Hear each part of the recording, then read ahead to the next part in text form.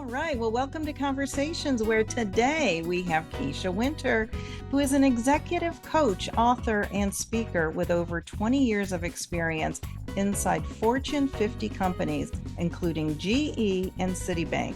She partners with senior leaders and executives to strengthen resilience, expand enterprise influence, and navigate complex organizational power dynamics. Having coached leaders across more than 50 countries, Kisha is known for helping high-performing executives surface and dismantle hidden success inhibitors, often rooted in legacy patterns that limit scale, impact, and decision quality.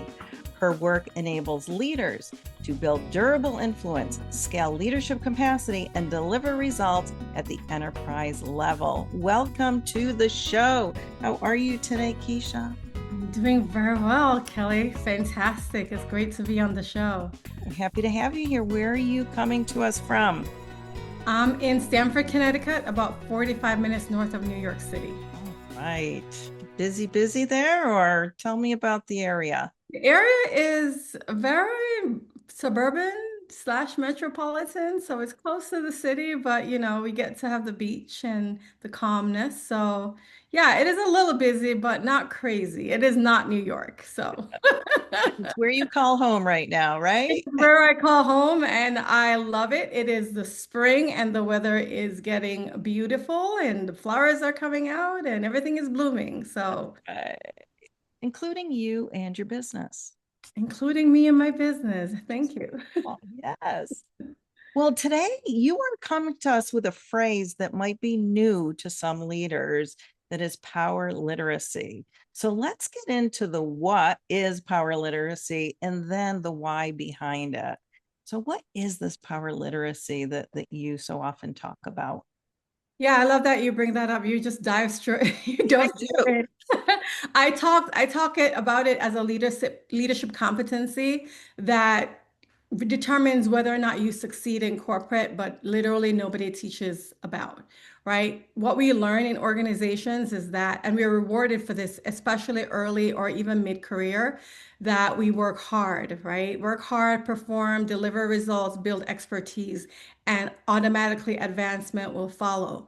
But unfortunately, people don't understand that there are power dynamics that you have to be able to learn to navigate through to help you not just advance professionally, but also to create impact within your organization. So if you're delivering results, but you're not able to influence people across other functions, you're not able to gain traction on your initiatives, or even if you're a leader, you're not able to properly position the people on your team so that they can advance and get promoted themselves, you'll get stuck professionally. So I say power literacy is really learning how to, function across the organizations to influence people, especially those that don't necessarily report to you.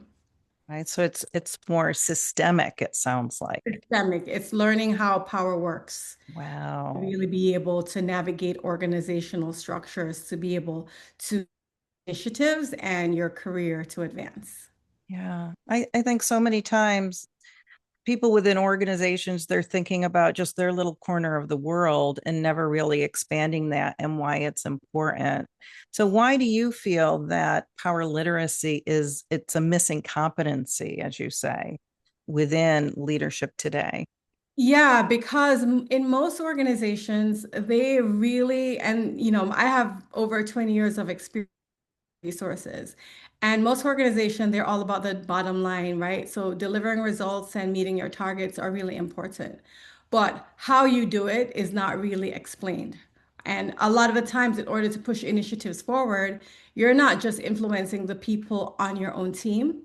You have to work cross-functionally across departments, especially in complex situations where there are competing priorities. And so, for example, if you're working in HR and you want to improve employee morale, for example, or you're working on a compensation project, but you want to change behavior. It's not just about like, do I get this budget approved so that we can push merit increases forward? It's really understanding how you want to drive behavioral changes across functions. And so maybe in HR, people are thinking about how do we engage people in the organization effectively.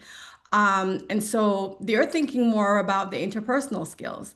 But somebody in the sales functions, really, they're focusing on how do I bring in revenue? And that requires a different skill set of driving, of hitting the pavement, of talking to clients. But these sales leaders may not, may be underskilled in terms of how they use inspiration, for example, to influence their team, which ultimately impacts whether or not the people on their team are going to be motivated and driven to bring additional revenue in the organization. And so it's really understanding what really influences and impacts people to move across the organization rather than what you want them to do. It's really breaking things down in a way that's going to resonate and inspire them to move. And so that's why I say literacy is really important because it's not just about getting the things done. It's about how you do it and whether or not you're able to bring people along with you. So, who's responsible maybe for the thought of power literacy within an organization? Like, I is it, think, go go ahead. ahead. I think it's two ways. I think, first of all, individuals have to be aware because when you get stuck in your career and you're like, you know what, I'm doing all the things that they're telling me to do. I am hitting my numbers, I'm delivering results, I'm doing all the things that I'm supposed to be doing, but there's something that's missing that's stopping me from advancing. And you may not be able to finger point what that thing is. And so taking a step back and saying, you know what, like maybe earlier in my career, having deep domain expertise in my function, for example, if you are, I'll talk about, in HR, you're really good on designing a training course, or you're really good on whatever you're working on from a recruiting standpoint. But when you want an initiative to be pushed through the organization, you have to convince the finance person. You got to convince the people in sales, in operations. And so how do you position it in a way that it's their walkaway saying that, you know what, this is important to me as well. And so from an individual standpoint, assessing whether or not you're able to influence people across the organization that don't necessarily report to you or you don't have immediate authority over is a really hard concept, real or skill set, I should say, to develop. And you may not be able to know what it is. You're like, but I'm doing all the things. I'm working harder. I'm like, yeah, but you're working harder at the wrong skill set. So that's one. But it's not just an individual thing, it is also an organizational thing as well. So organizations need to understand that maybe they've been approaching leadership development from a place of let me help develop executive presence and strategy and communication. But they're not really focusing on how do people move out of working in their silos and really work cross-functionally effectively. And if HR or the leadership team is not able to build a competency in these people, then the leadership will stall. It would eventually impact the effectiveness of the organization and finally the bottom line. Decisions, for example, decisions across functions may get stuck. Priorities may not be pushed forward because there's a lot of organizational complexity and leaders are not understanding how to effectively navigate that. And so that is when it becomes not just an individual issue, but it's really a leadership development problem, which I think leadership team owns, not just HR. So it sounds like very being intentional, with a skill set, being able to adapt and learn and all and grow within a skill set of that. And also looking at it, it sounds like to me from what you're saying, is look at it as a strategic objective. Like it can be very strategic if your organization then is looking to be intentional with it, add that to Yeah. our strategy. This is our strategy. This is how we do things. Yeah, yeah. And a lot of it is, I mean, when you think about influencing, strategic influence in particular, it becomes more and more important as you ascend the ranks within an organization. You're really not expected to just know your function. You're expected to be able to navigate across the entire enterprise and become more of an enterprise thinker rather than a specialist within your function. Within your when you know when you're below the manager level or even at the middle management level, you are focused on developing the expertise and the functional competencies. But the higher you go up in an organization, now you begin to think at the enterprise level. And so all of this is happening in most organizations. The problem is that we are not actually naming it. And we're saying, okay, this person is really good at what they do, but maybe they don't have the influencing skills, maybe they don't have the executive presence, but we're really not naming what the problem is. And that's why I developed the phrase power literacy to really help you understand that this is really a competency that you have to build as you grow within your career and advance within an organization. Excellent. And it also sounds like with what you are sharing today is that typically we think about power in a negative way, right? Using power in a negative way, but this is a very positive way to be using power and embracing power for the organization and for yourself as an individual. Yeah, it really is. I talk about the fact that power is not good or bad. It is how you use it Mhm. that determines what it is. So before engaging power, you really have to define what power means to you, right? So because we've witnessed negative impacts of power in our organizations or in our society, we may be shrinking back, or certain individuals may shrink back and reject using power itself. But I talked about a lot about aligning usage of power and anchoring that in your values. Mm. So, what does that mean? You don't want to use your power to punish others or even to violate your ethics. You want to be clear that the power that you're using is really generative rather than destructive. Yes. And so using it for good. So for example, one of my core values as a leader is really about how do I contribute to the profession or the career to help other people's advance. Contribution is a big value of mine. And so if I'm a leader in an organization, I'm not using power just to advance myself.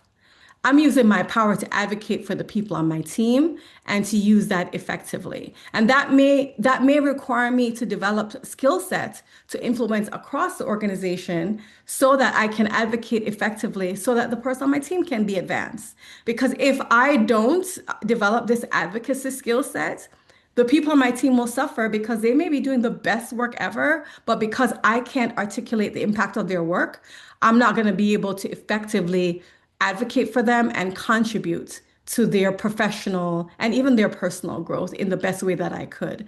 And so I think about it as not destructive, but generative, but it has to be, power can be used for good or evil. And one of my themes as a coach is ensuring that good people are in positions of leadership so that more good can be done in the world. And so instead of stepping back from saying, I don't want to engage in power because we've seen how power has been corrupted, I want us to reframe that and say, actually, my power is going to be grounded in contribution or whatever my value is so that not only can I benefit, but the people around me and my organization can benefit as well.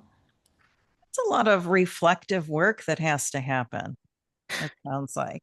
Yes, it is. And as you know this as a coach, the most effective leaders are the ones that are taking a step back and they're reflecting like, what do I want the impact of my leadership to be? What is a legacy that I want to leave going forward? Because at some point you get to a certain level, and yes, you have the money, you have the income that you want, you're able to provide for your family, all the basic things on that Maslow's hierarchy are met. And then now you get to the top of the hierarchy around, actualization, not just self-actualization, but actualization of others. And I know most people, you get to a certain point, it's like you're no longer in fight or flight or survival mode.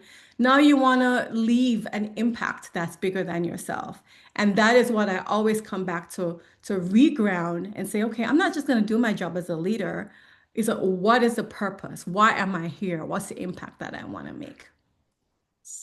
Absolutely. And that does take getting quiet and really reflecting as a leader. And that should be part of, a leader's journey is taking that time and, getting a coach to help you on that road of reflection. Absolutely. Yeah. Excellent. Well, let's talk about these power leaks that you talk about. So tell us, what are these power leaks? And then maybe some common power leaks that you have. Let's hear about that. So I call power leaks as these unconscious patterns that really drain our agency. It limits our influence. It dilutes our authority. And the reason I call it power leaks, a lot of people will call it self-doubt, lack of confidence, imposter syndrome, Mhm. which which is so overused and so common, right? I mean, people talk about all these, but it assumes that something, especially the word in syndrome, it implies that something is wrong with you. That's right. And I reframe that to say that power leaks are not personal failures, really, that they're rational responses to social friction that people encounter when they're stepping up and they're using their power. So I'm saying step into your power, become power literate, assert and own your authority.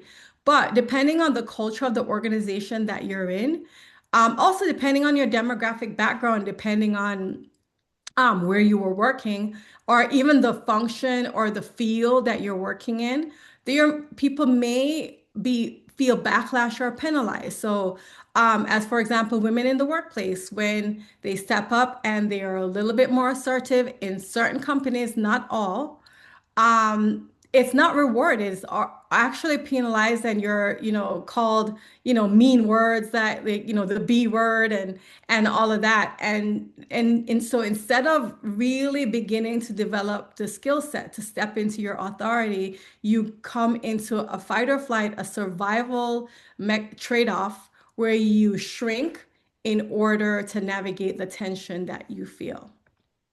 And so the reason I reframe it, it's really to make you realize, you know what, you're doing this not just because something is wrong with you. You're doing it because you may have noticed that when you utilize this power that you already have, there may be negative response to it.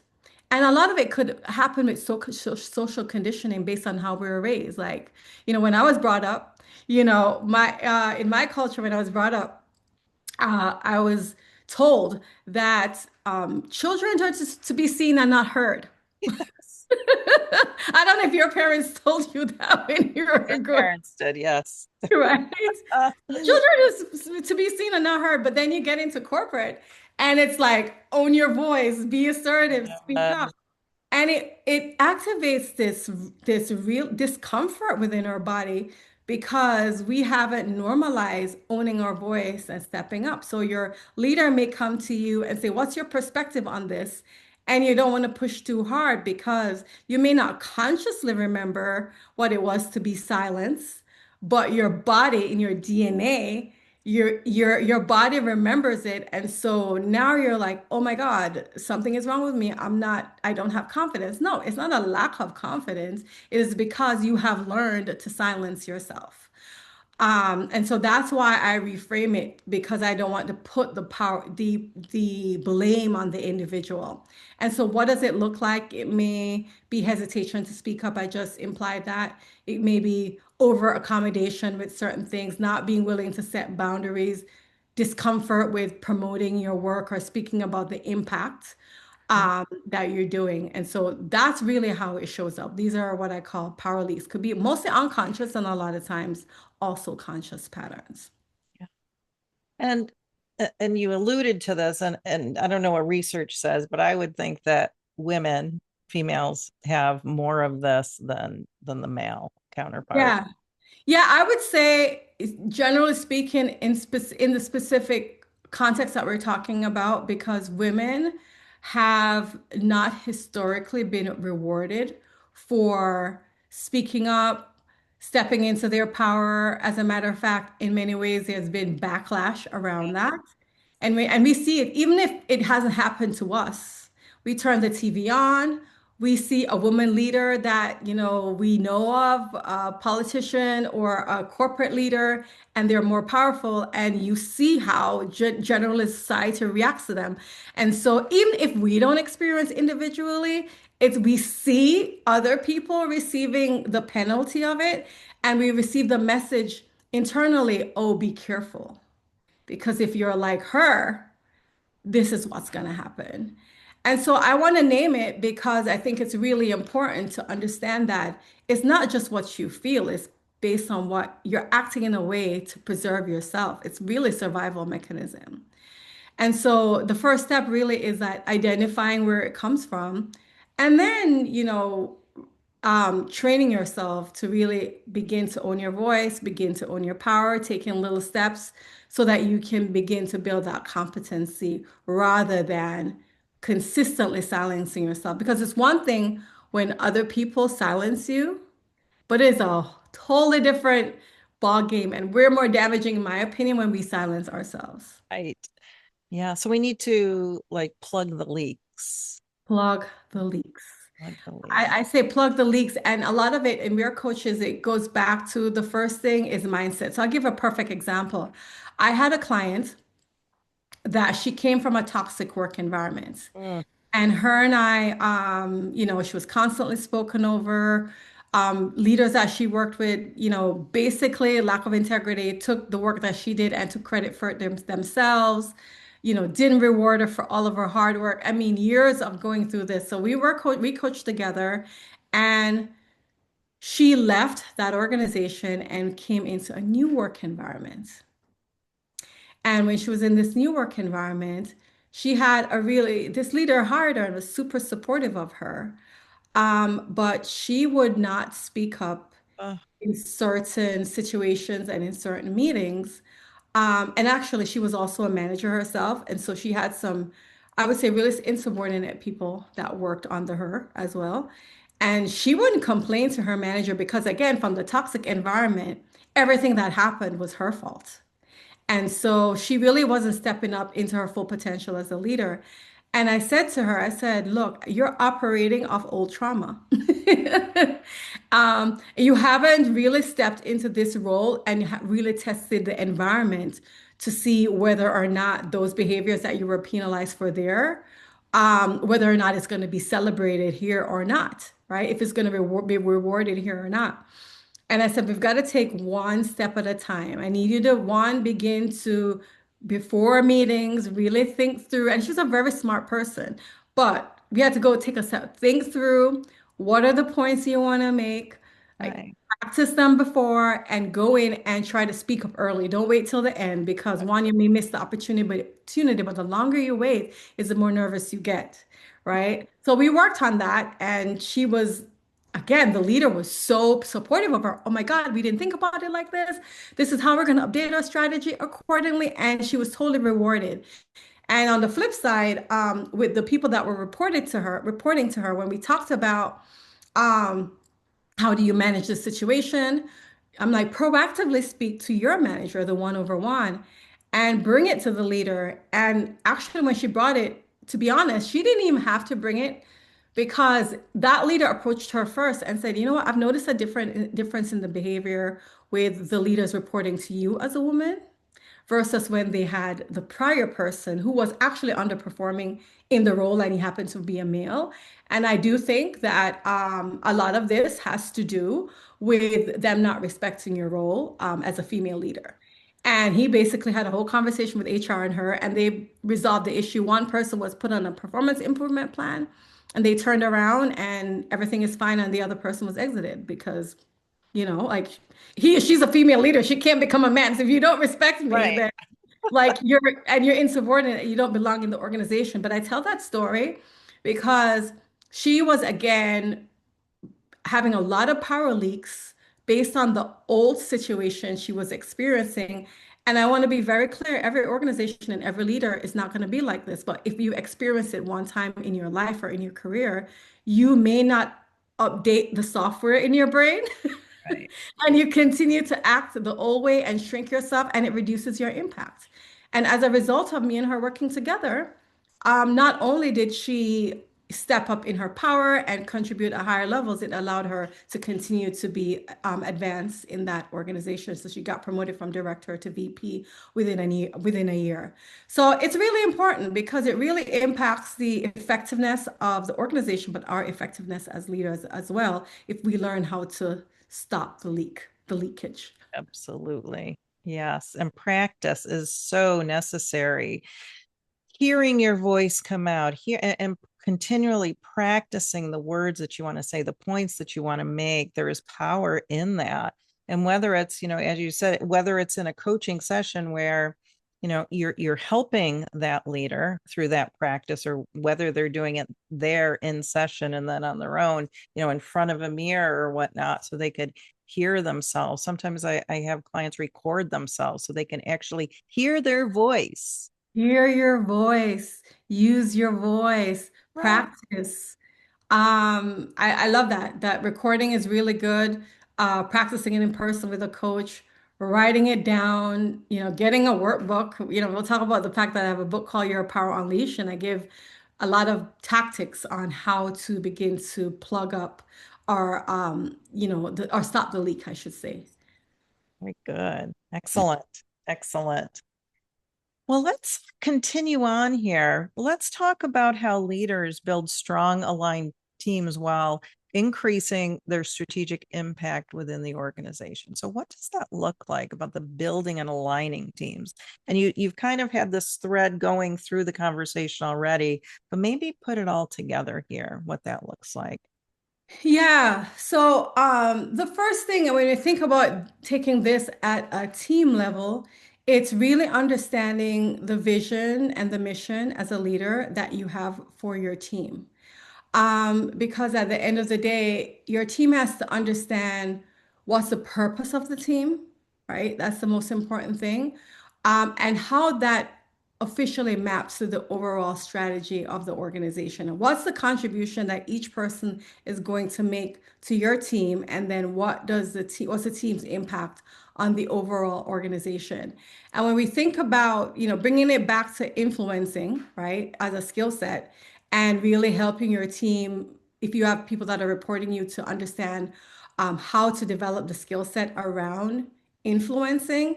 It's looking at, I call it the visual organizational map, and then the invisible one. Ooh, uh-huh. Let's hear it. This is how, when we talk about power literacy, like in every organization, there's context, and you have to understand the context in your organization to increase your effectiveness. So I talk about decoding the map, right? So Mhm. beyond the personal, beyond your leakage of power, once you own your power and you own your voice, the next step is that you have to be able to influence relationally. So this is relational power. That's the second step, and then I'm going to bring it to the organization. The relational power is, all right, like if I want to influence you, I talked about it before. I have to understand what's important to you and reframe my message in such a way that you're going to want to buy into it and you're going to want to support it. Because if I only come to you with an initiative or a proposal or a project or something to work on, and I'm articulating in a way that's going to be important for just my organization and my team, then you over there in finance you're not going to be inspired or want to engage. And so from a relational standpoint, you have to understand how to position things in a way that people are going to be like, oh yeah, this is going to benefit me too, right? But once you establish that, the next level is what we're talking about, the team and the organizational level, and understanding, right? If you want to influence in a room, people usually wait until they get to the room and they present their talking points or they put up their PowerPoint slide on the page. But a lot of times decisions are made before you even get in the room. So what's the invisible map? Is asking questions like, who influences the influencers? Like who is actually listened to in the room, regardless of the rank? And it may not be the most senior person in the room. It may not be the, I don't know, CEO of the company. It may be the executive assistant, or it may be their finance VP. And a lot of times, people be talking and you'll see the leader look at someone or listen to what the leader is, the leaders listen to what somebody else is saying. And boom, if you're paying attention, you realize, oh, yeah, the person that influences the true decision maker is the person you have to influence first. So again, asking yourself the question, who influences the influencers? That's one. Were you going to say something? No, I'm just saying that's so true. Everything that you just said, I've seen that work time after time. And you're like, what am I doing wrong? And I'm like, it's not understanding that decisions are truly made in the meetings before the meeting. These private pre-meetings are happening and you don't know. And so it's taking a step back and really understanding not the ladder, right? But it's more of a web and Yes. really decoding that. And then also understanding, like, even as a business owner myself, when I do presentations to organizations, I have an organization that I'm working with them to bring in a leadership development program. And I'm working with their HR leader, their CHRO, and she says, okay, don't use psychological safety. And I'm like, what? Don't use emotional intelligence. Like, yes, you're going to train on all those words, but those words will definitely trigger resistance, Mhm. right? So, understanding what framing is going to trigger resistance and what is going to increase the likelihood of your initiative being championed. So it's one, understanding who is influencing the room, but also two, understanding the language that's important. So in this situation that I'm talking about, they don't want to hear all the HR terms. They want to understand, right? Like if we train our leaders on this, how does this help us differentiate our leadership team against the competition, right? So it's this competitive differentiation because you have specific leadership skill set. How is this going to help us bring in more different, what do you call it, more differentiation and more business for our organization? So instead of using all the skill set that I'm going to teach Mhm. Is with will, those it, defined. yeah, it'll still be psychological safety. It will still be Right. all the things. I just can't use that word because it's going to trigger resistance. And as somebody with an organization, you have to know what those trigger words are and what those buy-in words are as Yeah. well. Yeah. And that takes communication. It takes It takes it conversations, it listening, right? Hearing what is being said, all those crucial skills. observation, paying, like if you're new to an organization, you might not know yet. And so you may have to ask people. Like, and even when I was preparing for my, presentation with this leader, I asked the HR person, I was like, okay, what should I not say and what's gonna work? And then she luckily asking the right question. She's like, all this HR language, do not use it. I'm like, okay. Whereas in another organization, the exact same word used because actually psychological safety was one of their key competencies that they wanted to build because innovation was such a big what do you call it thing for them, a big value that they knew that if they didn't have psychological safety, the innovation would be reduced. But they were much more advanced. Their leadership team was much more advanced than this other organization. So I was just like, she's like, do not use that language. And so it's not about right or wrong. It's about understanding the context that you're in and decoding that for the organization. So that may include, as I said, talking to other people, also paying attention to who are the most influential people in the room. What are they saying? What's the language that they're using? And how is your positioning different from yours? What best practices can you learn from them and apply it to your language so that you can um, get your initiatives pushed across? But again, that's only when you're in the room. We also have to do the work before you get to the room, which we talked about. Good stuff, Keisha. Wow. Oh my gosh. From the beginning, what does power mean to you? Talking about these unconscious patterns and power leaks, about asserting your own authority, decoding your map, dot, dot, dot, all these things that you brought today. So enlightening. And I'm sure that that the audience is really going to be I'd be taking notes. if I was listening to this as I was taking notes myself here. But good stuff. And I would love to give you the last word. What say you? I say to people, high performance is what keeps you employed, but it's power literacy that determines whether or not you advance. And so developing the ability to influence is going to make a big difference in your career trajectory. Good stuff. How can people get a hold of you? If they want to connect with you, Kisha, where can they find you?